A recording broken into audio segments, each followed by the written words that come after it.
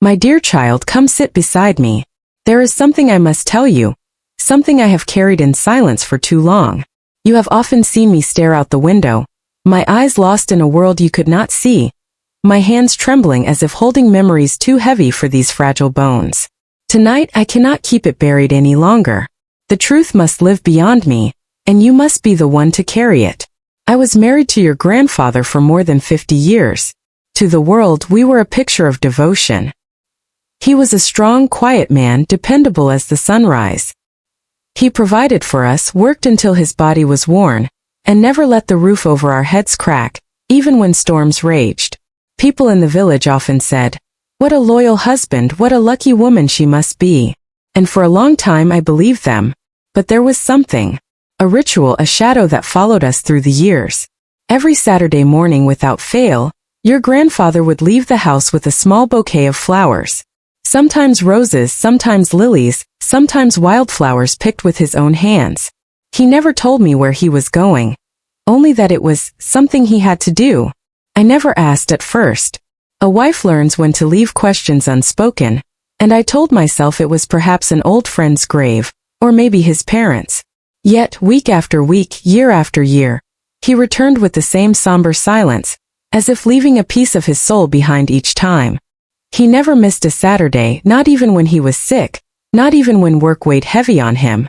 There was a devotion in it that both comforted and unsettled me. One morning I decided to follow him. I waited until he had walked far enough ahead, his broad shoulders hunched, the flowers clutched in his calloused hand. I trailed behind quietly, my heart pounding as though it already knew the answer it feared. He walked to the old cemetery at the edge of town. The air was heavy with dew, and the iron gates creaked as he pushed them open. I hid behind a tall yew tree, watching as he made his way to a grave I had never seen. There he knelt. His strong, weathered hands laid the flowers gently on the stone, as tenderly as if placing them in the lap of a living woman. I could not see the name from where I stood, but I saw his lips move. He whispered something, words I could not hear, words meant for another. Then he bowed his head and I saw it. A tear sliding down his cheek. In all the years I had been his wife, I had never seen your grandfather cry. Not when work broke his back, not when hunger pressed us, not even when his own brother died. But here at this grave, he wept as though part of him had been buried there too. I remember gripping the bark of that tree so tightly my palms bled. My world tilted, cracked, and I wanted to scream his name, to demand, "Who is she? Why do you mourn her still?" But the words died in my throat. I turned and stumbled back home, my body weak with dread. That night when he came home, he was quiet as always. He set his boots by the door, washed his hands, and sat at the table as though nothing had happened. I searched his face for answers, but he gave me none. And I said nothing. But silence is not peace, my dear. Silence is a fire that burns slowly, eating away at the heart. From that day on, every Saturday became a wound. Each time he left with flowers, I felt the stab of betrayal. Who was this woman, buried beneath the earth, who still owned my husband's tears, his whispers, his devotion? Years passed like this. My love for him was real, but it was tainted, poisoned by doubt. I smiled for the world, but in my chest was a stone, heavy and cold. At night I lay beside him, listening to his steady breath, wondering if in his dreams he saw her face instead of mine. Tell me, my dear listener, if you discovered that the person you love most carries a secret devotion to another, what would you do?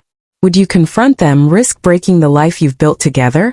Or would you stay silent, pretending not to know, as I did? One evening, after many years, I gathered the courage to ask him, "Where do you go every Saturday?" I whispered, my voice shaking. For a long moment he just stared at me. Then he said softly, "It's something I cannot explain." Not yet. Not yet. Those words haunted me. They meant the answer existed, but not for me. Or perhaps he thought I was not strong enough to bear it. Either way, he returned to silence, and I returned to waiting. And so the years went on.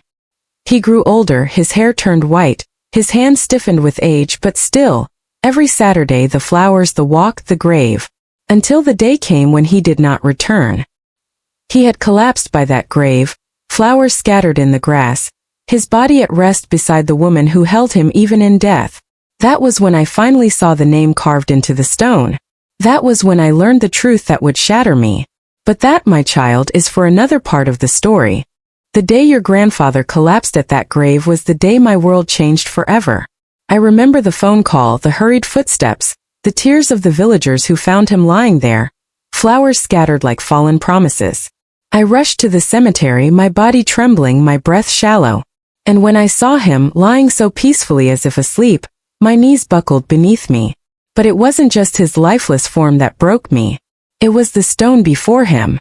The name carved deep into it, weathered but still clear. Elena Maria Duarte. Do you know what it feels like, child, to have your heart torn in two in a single breath? Elena. A name I had never heard in our household, a name he never spoke, but one that had lived between us for decades, unspoken yet present. She was not his mother, not his sister, not anyone I knew from his past. She was someone else. And there, etched below her name, were the words, beloved wife. My hands trembled as I traced the letters. Beloved wife. But I was his wife. I had stood before the altar with him. I had borne his children, cooked his meals, washed his clothes, shared his bed for 50 years. Yet here was proof that once before me there had been another. The villagers whispered around me. Some knew. Some remembered. Bits of the story reached my ears like shards of glass. Elena had been his first wife, his childhood sweetheart, the woman he married in his youth. They said she was radiant, kind, with laughter like bells and eyes that softened even the harshest days. But she had died young, taken by illness before their love could grow old. He had never told me. Not once in all our years together had he spoken her name. He had carried her in silence every Saturday, every week, for the span of our marriage. Flowers for her grave, tears for her absence, devotion that never faded. That night, I sat alone in our house, staring at his empty chair. My grief for his death was heavy, but my grief for his secret was heavier still. I felt like an intruder in my own marriage, as though I had been the shadow and she the light. Do you know what haunted me most? It wasn't that he had loved her. It was that he had loved her so deeply he could never let her go. And yet he had chosen me. Was I a consolation? A second choice? A replacement for the love he truly wanted? I remember tearing through his belongings, desperate for answers. In the drawer of his bedside table, beneath old receipts and faded photographs, I found it. A small wooden box. My hand shook as I opened it. Inside were letters yellowed with age, written in her delicate handwriting. Letters filled with promises, laughter, dreams they had once shared. One line struck me like thunder. If anything ever happens to me, promise me you will visit me every Saturday. Promise me you will never let me be forgotten. And he had kept that promise. For 50 years he had kept it. I pressed the letters to my chest, tears soaking the fragile paper. In that moment I felt both betrayed and awed. Betrayed because he had never shared this part of himself with me. Awed because the depth of his love was unlike anything I had ever known. But what about me? Was I not worthy of the same devotion, the same eternal love? Was I merely the woman who helped him continue living, while his heart remained buried in the past? Tell me, my dear listener, if you discovered that your partner still carried a love from the past so deeply, would you feel honored that they had such capacity for love, or would you feel broken, as though you had never truly been enough? I wrestled with that question for nights without end. I wanted to hate him, to curse his name, to demand why he had hidden Elena from me. But I also remembered his tenderness, the way he held me when storms frightened me, the way he worked his hands raw to feed our children, the way he sat silently beside me when sorrow struck. Those things were real. His love for me was real, even if it was different. Still, the shadow of Elena loomed over everything. When I closed my eyes, I saw her name carved in stone. When I opened them, I saw the flowers he left every Saturday. And I could not escape the feeling that I had lived my life in the shadow of a ghost. In the days after his death, I visited her grave often. Not out of devotion but out of anger, jealousy, confusion. I would sit there staring at her stone, whispering questions into the earth. Who were you, Elena? What did you give him that I could not? Why did he keep you alive in silence while leaving me in ignorance? But the grave gave no answers. Only silence. And I was left with my pain, my doubts, my broken heart. And yet, as I sat there one evening, the sun setting behind the trees, A strange thought came to me. Perhaps it was not a matter of comparison. Perhaps he had loved her fully, and then when fate took her he had loved me fully too, in a different way. Perhaps hearts are not single vessels that hold only one person, but vast fields with room for more than we can imagine. Still, knowing that truth did not ease the ache. It only deepened it. Because while I had known his hands, his smile, his presence, I had never known his whole heart. And so, child, I decided that if he had carried his secret for 50 years, I would carry mine. I would not let the world know how shattered I was, how incomplete our love had been. To the world I remained the devoted widow, grieving her faithful husband. But inside my soul carried a fracture no one could see. But this is not where the story ends. No, the truth runs deeper still. For one day when I returned to her grave, I discovered something that made me question everything I thought I knew. The day I returned to Elena's grave after his funeral, I expected silence, stillness, the cold stone that had already become a wound in my heart. But instead I found something that stopped me in my tracks. There, placed carefully against the gravestone, was not just the usual bouquet of flowers, but an envelope sealed with trembling handwriting that was all too familiar. My husband's. I froze, my breath caught in my throat. His writing, yes, but when had he left it? Before his death? The thought that he had written to Elena even in his final days sent a shiver down my spine. My fingers shook as I picked it up. The paper was already damp from the evening dew, the ink smudging slightly. I wanted to tear it open right there, but I hesitated. Was I ready for what it might reveal? Another confession? Another truth I was not meant to know? Still, my heart demanded answers. With a trembling hand I unfolded it. And what I read, it shattered me all over again. Elena, my love, it has been 50 years and still I cannot forget. I have tried to live again. I have tried to honor you by keeping my promise. Every Saturday as I lay flowers at your side, I speak to you though no one hears. I tell you about the children I raised, the woman who stood by me, the life I built. I tried, Elena. I truly tried. But not a day goes by that I do not wonder what life would have been if you had stayed. Forgive me for moving on, for marrying again, for loving another. It was never meant to replace you. It was simply survival. My heart was broken, and she helped me mend the pieces. But the truth is, part of me never left you. Never could. And when my time comes, I only ask that you forgive me. Forgive me for the silence, for the secrets, for the half-life I lived between two worlds. Forgive me, my first and only eternal love. Yours always, Raphael. Raphael. My Raphael. My husband of 50 years. My partner, my confidant, my children's father. Yet here in this letter, he confessed that his soul still belonged to another. I sat on the ground, the letter crumpling in my hands as sobs tore through me. How could I compete with a ghost? How could I ever believe his love for me had been whole, when he admitted with his own hand that she had remained his eternal love? For days I carried that letter in my pocket, unable to let it go, unable to tell anyone. At night, I would clutch it under my pillow, whispering to him in anger and in grief. Was I not enough? Did you ever truly love me, Raphael? Or was I just the woman who kept you company while you waited for death to bring you back to her? But then came the day that changed everything once again. When I returned to the cemetery one quiet morning, I noticed an elderly man kneeling by Elena's grave. His hands were clasped, his lips moving in prayer. I stood frozen, watching him. Who was he? What right did he have to kneel at her grave as though she belonged to him too? Gathering my courage, I approached. "Excuse me," I whispered, my voice shaking. The man looked up, his eyes red and weary. "Are you Raphael's wife?" he asked softly. My breath caught. "Yes, I am, or I was." He nodded, as though confirming something within himself. Then he said words that nearly stopped my heart. "I am Elena's brother, and I think it's time you know the truth."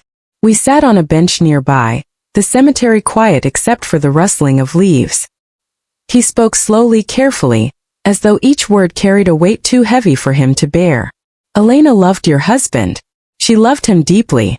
But when she was dying, she made him promise not only to visit her, but also to live again. She told him to remarry, to have children, to never let his life wither with hers. She said if he ever found someone kind enough to share his years, he must not let guilt hold him back." My eyes filled with tears. But then why did he hide her from me? Why never tell me her name, her story, her place in his heart? The brother sighed. Because he didn't want to hurt you. He thought if you knew, you would always compare yourself. He thought silence was mercy. But silence, it can wound deeper than truth. His words cut through me like a blade. Raphael had kept Elena alive through silence, not betrayal. He had tried to protect me from the shadow of her memory, yet in doing so, he had left me to discover it all too late, when the truth could no longer be spoken between us. I left the cemetery that day with my chest heavy, torn between sorrow and understanding. That night I held the letter again, reading his words until my vision blurred. And though pain still consumed me, a small seed of forgiveness began to take root. Perhaps he had loved her eternally, yes. But he had also chosen me. He had built a life, a family, and a home with me. His silence was not proof of rejection, but of his desperate attempt to shield me from pain. Still, one question gnawed at me, an ache that no letter, no truth, no explanation could erase. If he had truly loved me too, then why, in 50 years, did he never trust me enough to share this part of himself? Tell me, my dear listener, would you rather live your whole life in blissful ignorance, or know the painful truth, even if it broke your heart? I will never know the answer. All I know is that when I close my eyes at night, I see Raphael's smile, and behind it Elena's shadow. Two women, two loves, one man's divided heart. And I, left behind, carry the burden of a love that was both real and incomplete. And yet, child, this story does not end in despair. For what I found next, hidden in a place I had overlooked my entire life, revealed something that changed everything once again. The night after meeting Elena's brother, I could not sleep. His words echoed in my mind. Elena asking Raphael to live again, to remarry, to find happiness. If that was true, then perhaps my husband's silence was not betrayal, but a kind of sacrifice. And yet the ache in my chest would not ease. I wandered through our empty home like a ghost, touching the walls, the photographs, the chair where he used to sit by the fire. And then my eyes fell upon something I had walked past for years. An old wooden chest tucked away in the corner of our bedroom closet. Raphael's chest. His private chest. One he never allowed anyone to touch. With trembling hands I pulled it into the light. For a long moment I just stared. Did I truly want to open this? Did I want to know what truths or lies it held? Finally I lifted the lid. Inside were stacks of letters yellowed with age. But these were not letters to Elena. They were letters to me. Each one began the same. To my beloved wife. My heart pounded as I unfolded the first. You may never read this, my love. But I write it because my heart is heavy. I know I am not whole. I know there is a part of me I cannot give you because it belongs to someone I lost long ago. But you must understand I chose you. I wake each morning grateful for the life we share. The children we raised, the laughter you gave me. I may not be able to erase the ghost of Elena, but you are the reason I survived the years after her death. Without you I would have withered. Without you I would not have lived at all. Tears blurred my vision as I read line after line, letter after letter. In each one he confessed his struggle, the guilt of loving two women, the fear of hurting me, the gratitude for my presence. He had poured out his soul in words he never dared to speak aloud. And then at the bottom of the chest I found one final envelope. On it, in shaky handwriting, were the words, "For her when I am gone." My hands shook violently as I opened it. My dearest, if you are reading this, it means I am no longer by your side. And it means I have failed to give you the full truth while I lived. Forgive me. I was a coward. I thought silence would protect you, but it only left you with questions. Yes, I loved Elena. She was my first great love. But you, oh my darling, you were my last, my truest, my most faithful love. Do not think for a moment that you were second. You were not a replacement. You were my anchor, my laughter, my companion through all the ordinary and extraordinary days of life. Elena taught me how to love, but you taught me how to live.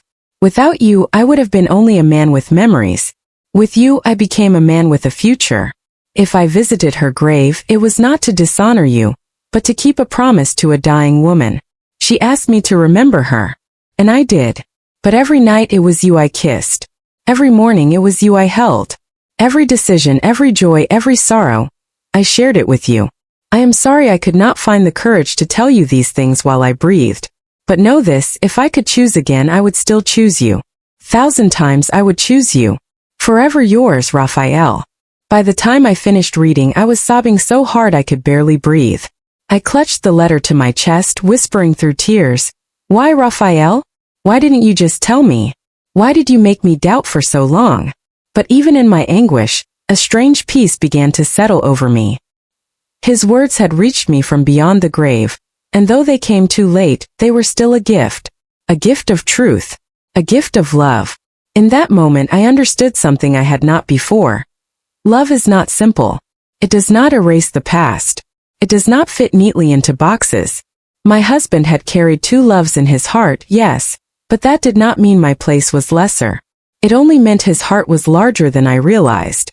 That night, I lit a candle by his photograph.